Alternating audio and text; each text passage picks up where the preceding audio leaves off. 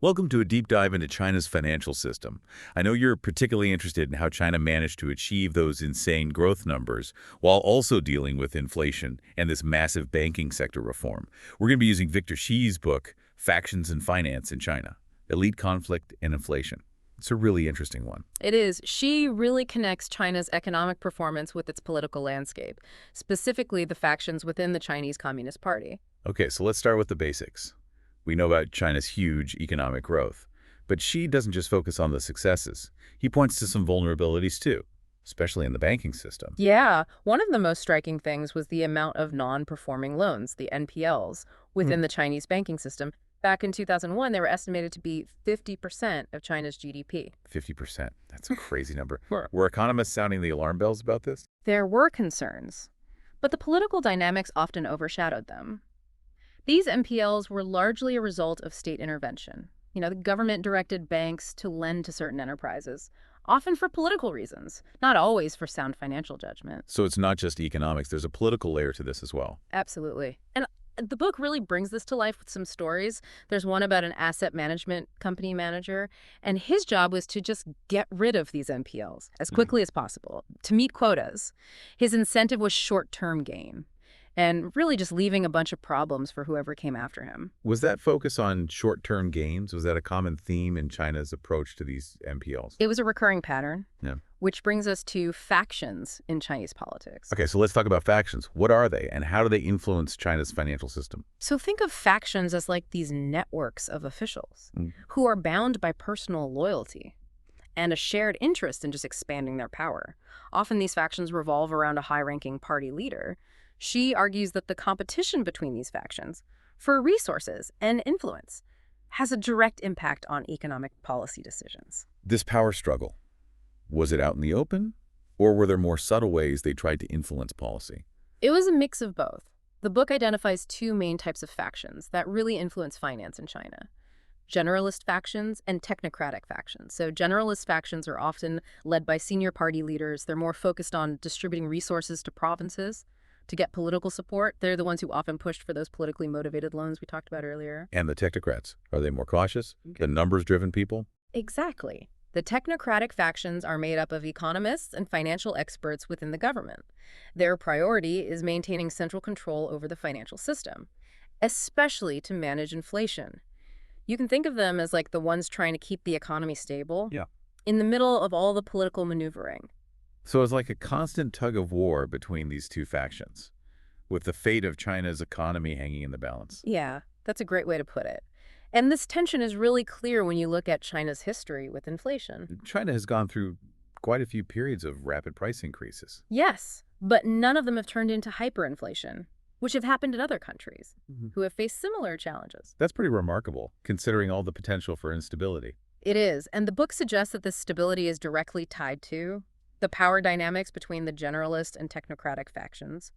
So when the economy is doing really well, generalist factions gain more influence. They use this power to increase lending and local investment, which fuels economic growth but then leads to inflation. Classic boom and bust, but with this Chinese political twist. Exactly. As inflation becomes a political liability, they often hand over more financial control to the technocrats to stabilize the economy. Makes sense. Bring in the experts when things get out of hand.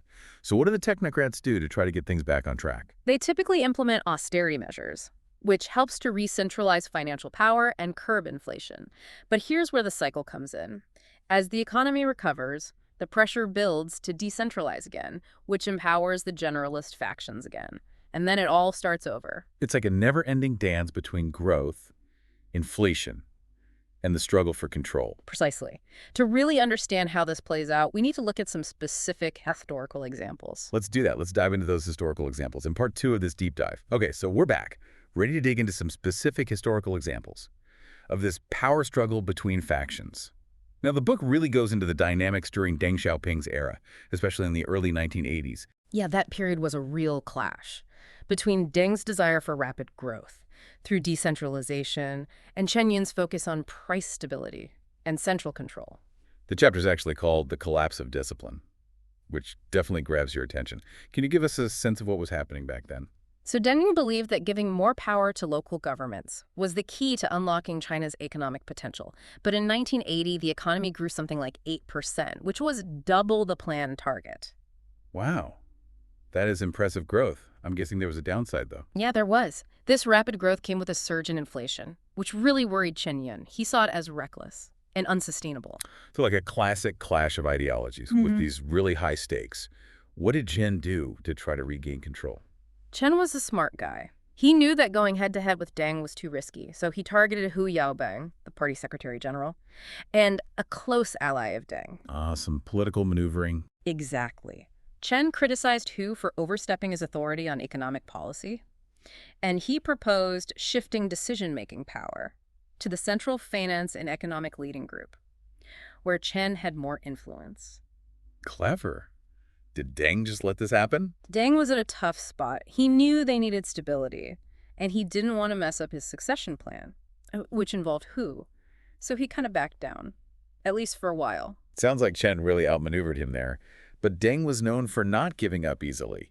Did he eventually find a way to push his agenda forward? He did. But there's another interesting episode that the book highlights. It really shows how divided the CCP leadership was. In 1983, there were all these meetings, and that's where the tension really boiled over. Okay, give us the inside scoop. What happened at these meetings? So Zhao Ziyang was the premier at the time and a Deng ally, and he was frustrated with all the restrictions from the retrenchment. He even suggested that maybe the central government should give localities more control. A little big at Chen Yun's policies. Yeah. But Chen wasn't having it. He shot back, emphasizing how important it was to have centralized control over finances. He even compared the provinces to warlords who'd spend way too much if they were given too much power. Wow, that's a pretty strong statement. Yeah. It really shows how much he disagreed with Deng's vision. But in the end, Deng got his way right. With those open coastal cities and all that. He did, and it was really strategic how he did it. In 1984, as China was getting ready to reclaim Hong Kong, Deng connected economic reforms to successfully integrating Hong Kong into China. Savvy. So he used the Hong Kong issue to push his economic agenda. Exactly. He argued that China needed a more market-oriented economy to attract foreign investment and to ensure a smooth transition for Hong Kong.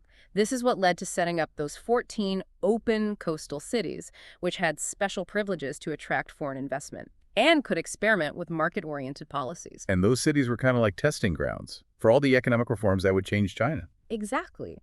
They paved the way for the special economic zones, which became a major part of China's economic transformation.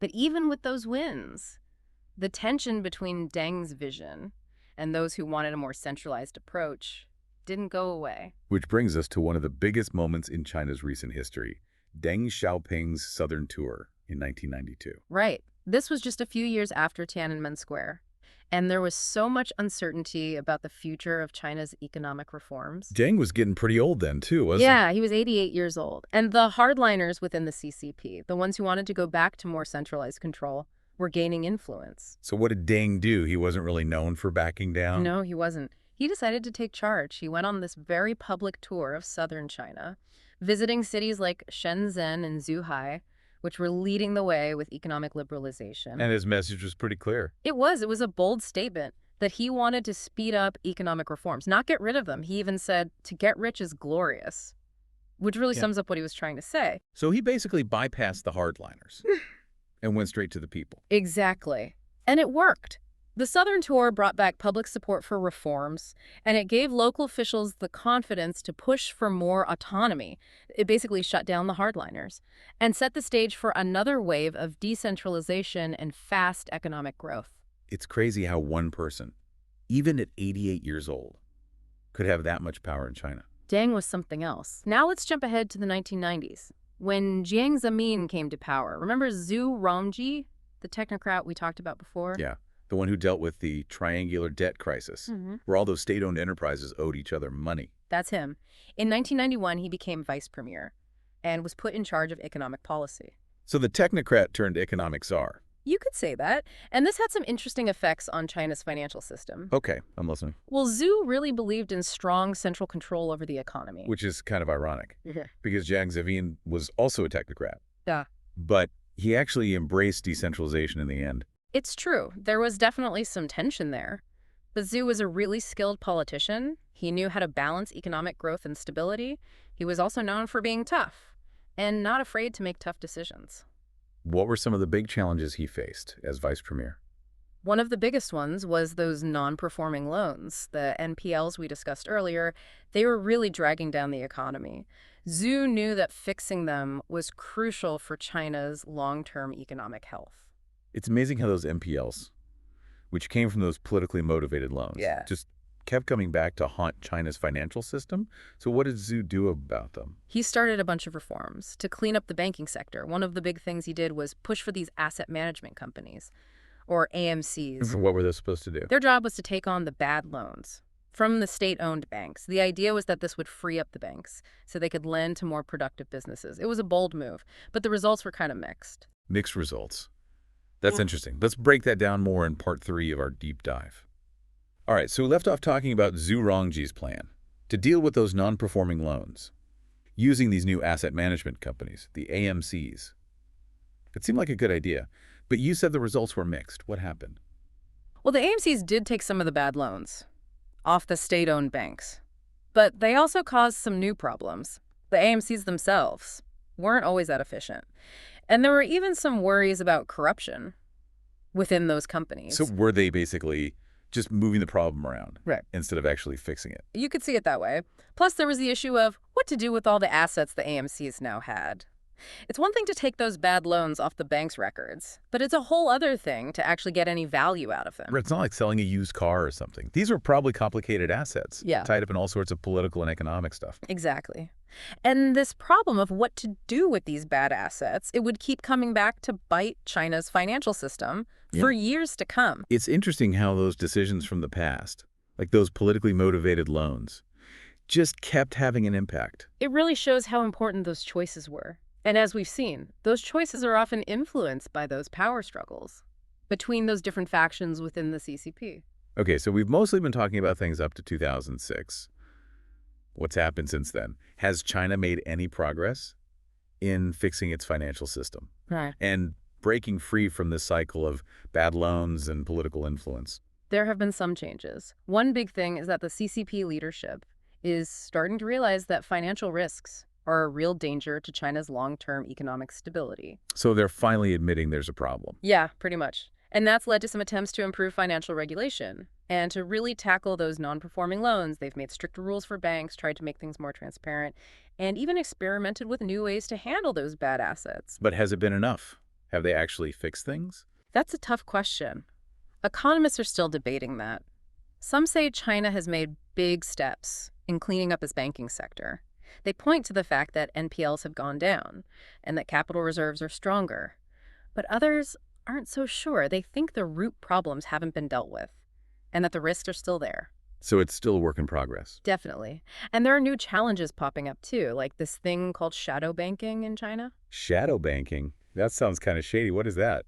It's like this whole network of financial institutions and activities that are outside the normal banking system. And its rules. It's almost like a separate financial system with less transparent transactions and more risk. So is it all bad? Are there any good things about shadow banking? It's a mixed bag. On the one hand, it can give credit to businesses that can't get loans from regular banks, like smaller or private companies. But on the other hand, it can create vulnerabilities in the system and make a financial crisis more likely if it's not managed carefully. It's a bit of a gamble then. You could say that.